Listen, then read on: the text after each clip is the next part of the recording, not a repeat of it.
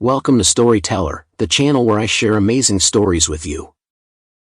Subscribe and hit the bell icon to never miss an episode of Storyteller. Let's begin. The Cave of Wonders Part 2. The four friends got up from the ground and looked at each other in disbelief. What just happened? Mia asked. I don't know, but I think we're not in Kansas anymore. Leo said. Where are we then? Zoe asked. I have no idea, but it's definitely not Earth. Jake said. He looked at the sphere that had brought them here. It was still on the pedestal, but it was no longer glowing.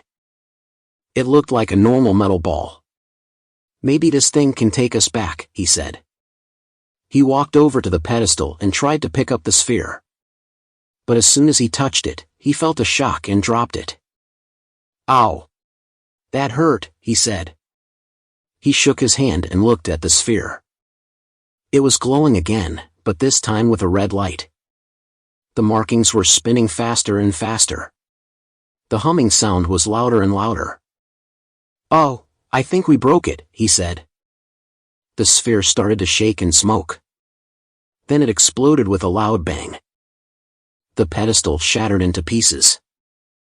The friends were thrown back by the blast. They got up again and looked at the remains of the sphere. There was nothing left but a pile of ashes. Great, now we're stuck here for sure. Mia said.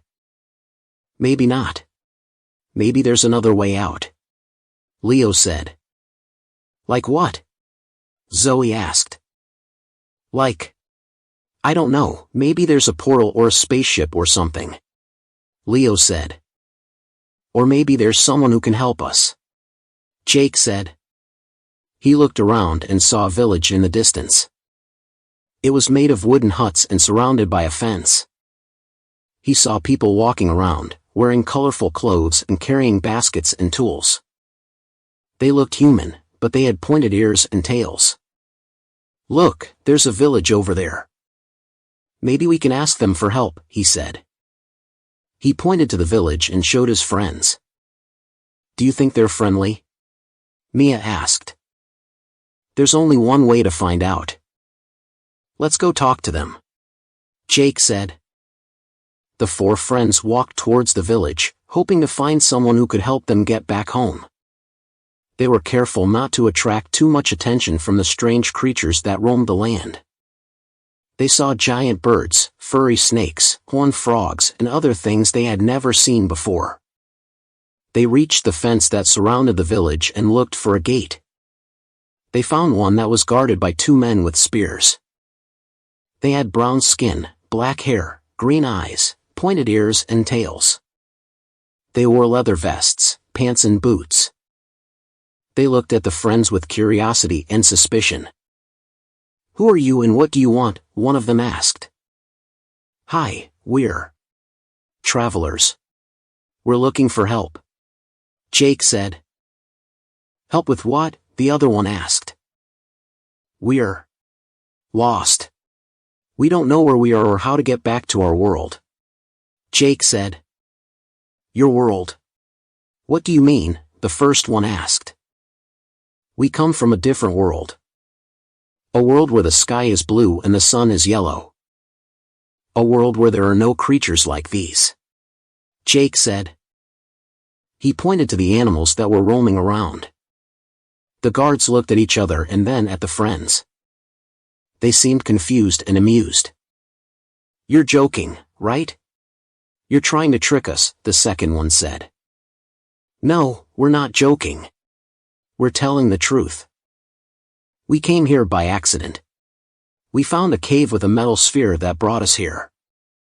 But then it exploded and we can't go back. Jake said. He tried to sound sincere and convincing. The guards looked at each other again and then at the friends. They seemed doubtful and wary. A cave with a metal sphere? Where's this cave? The first one asked. It's over there. Jake said. He pointed to the direction where they had come from. The guards followed his finger and saw a plume of smoke rising from the hill where the cave was. They looked at each other again and then at the friends. They seemed surprised and alarmed. That's the Cave of Wonders, the second one exclaimed. The Cave of Wonders? What's that? Mia asked. It's an ancient and sacred place. It's where our ancestors found the sphere of destiny. It's what gave us our powers and our prosperity. It's what made us different from the other races, the first one explained. The sphere of destiny? What's that? Leo asked. It's a metal sphere with strange markings on it. It's said to have come from another world. It's said to have a mind of its own. It's said to grant wishes to those who touch it, the second one explained. Wishes? Like what? Zoe asked. Like anything you can imagine. Wealth, health, love, power, knowledge, anything, the first one said. Wow, that sounds amazing. Zoe said. It is amazing. But it's also dangerous. It can also take away what you have or love. It can also twist your wishes into nightmares. It can also destroy you if you're not worthy, the second one said. That sounds terrible. Zoe said. It is terrible. That's why only a few people are allowed to enter the cave and touch the sphere. Only those who are chosen by the sphere itself. Only those who are pure of heart and strong of will, the first one said. And you're saying that you entered the cave and touched the sphere? The second one asked Jake. Yes, we did.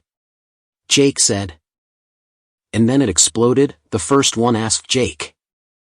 Yes, it did. Jake said. The guards looked at each other again and then at the friends. They seemed shocked and scared. That's impossible. That's blasphemy. That's, the first one stammered. That's enough, a voice shouted from behind them. To know whose voice is that and how they get back home, please subscribe my channel for new episode.